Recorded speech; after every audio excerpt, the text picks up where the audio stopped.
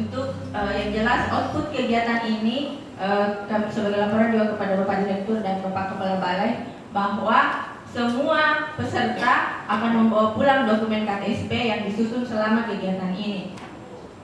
Kami juga sudah mempersiapkan narasumber. Ini narasumber terbaik yang dimiliki oleh BP PAUD dan Dikmas Sulsel yang akan membantu Bapak Ibu sekalian. KTSP ini sangat-sangat diperlukan walaupun tidak terakreditasi untuk pembelajaran kemarinnya sangat-sangat diperlukan. Jadi kita mutu yang kita perlukan walaupun akreditasi sementara diberhentikan. Kita tetap bagaimana mewujudkan bahwa balai ini bisa membantu membina satuan-satuan yang ada di Sulawesi Selatan khususnya untuk mengembangkan kelembagaannya. Ini sesuai tupoksi kita.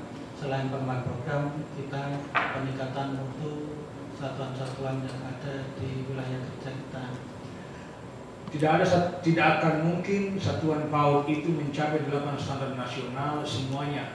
200.189 satuan PAUD, 201.189. Mengapa demikian? Karena filosofi berdirinya PAUD itu sangat berbeda dengan jenjang pendidikan dasar dan menengah.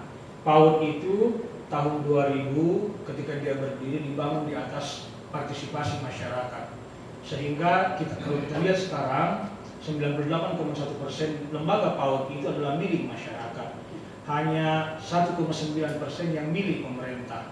Oleh karena itu ada PAUD yang dibangun di garasi, di masjid, di gereja, di pura, di balai desa dan seterusnya. Kalau ini diajak mengikuti 8 standar nasional, saya yakin ini tidak akan mungkin terjadi.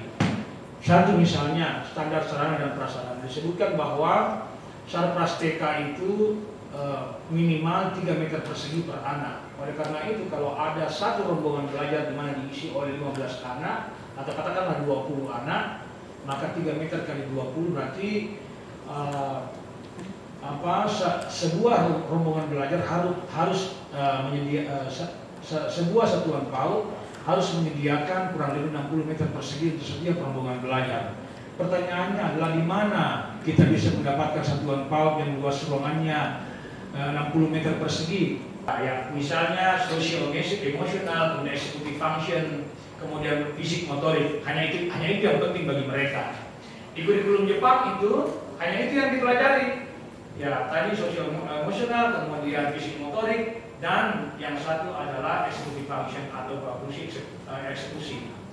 Nah, sehingga selama bertahun-tahun guru itu mengalami kebingungan pendidik PAUD.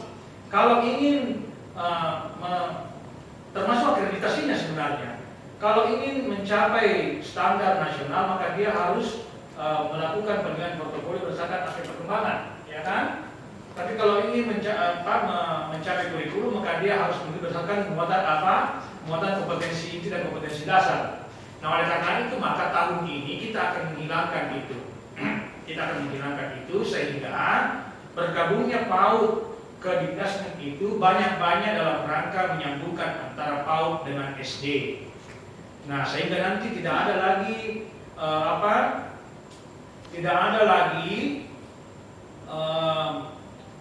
kerisauan atau kegelisahan orang tua mengenai praktek ilegal membaca menulis berhitung dilaksanakan oleh kursus-kursus bimbingan belajar. Karena kenapa? Dengan bergabungnya PAUD dengan SD ini nanti di kurikulum SD ini tidak akan ada lagi kewajiban untuk membaca menulis berhitung. Yang akan diikuti tentu dengan reformasi terhadap sistem perbukuannya. Di kelas rendah, di early grade, di kurikulum SD nanti tidak akan ada lagi paksaan untuk membaca, tapi lebih kepada bermain. Nah itu. Berikutnya, ya ini tugas. Nah ini tidak usah pusing membaca ini, saya akan terangkan saja. Di kita itu nanti Direktorat Jenderal PAUD Dikdasmen itu akan konsentrasi di 4 fungsi, ya, 5 fungsi, Yang pertama adalah fungsi peserta didik, yang kedua adalah fungsi tata kelola, Yang ketiga adalah fungsi sarpras, ya.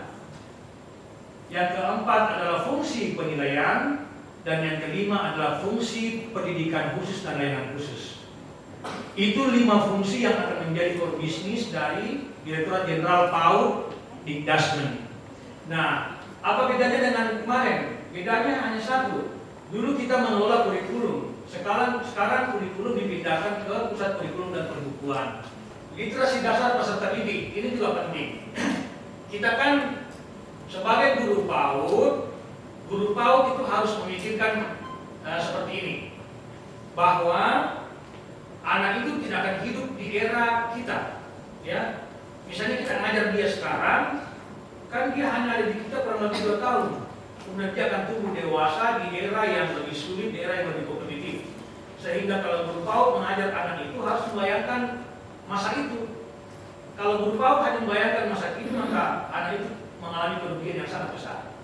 Ya, nah, oleh karena itu maka kita harus membekali anak dengan literasi dasar. Apa saja?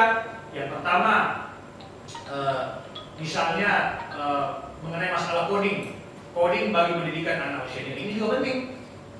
Coding itu adalah upaya untuk meningkatkan higher order thinking anak dengan mengasah kemampuan komputasionalnya. Ini saya tidak terlalu ini kan menjelaskannya, tidak terlalu teknis. Jadi apa itu coding?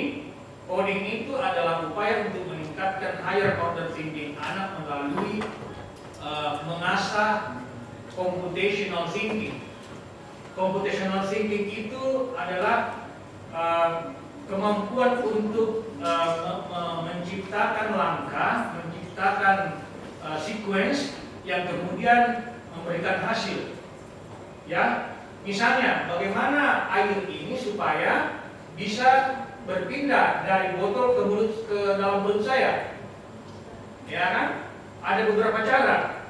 Ada yang mengatakan buka botol, ambil dengan tangan kanan, buka penutupnya, kemudian tuang ke mulut, begini, sampailah air itu di perut. Ada juga yang mengatakan buka tutup botolnya, tuangkan ke gelas, angkat gelasnya, ya, kemudian minum, sampailah botol air itu di perut. Dan yang tidak mungkin adalah botol itu jalan sendiri ke mulut. Nah, rangkaian menciptakan langkah itu yang disebut computational thinking. Dan ini banyak-banyak dipelajari melalui coding.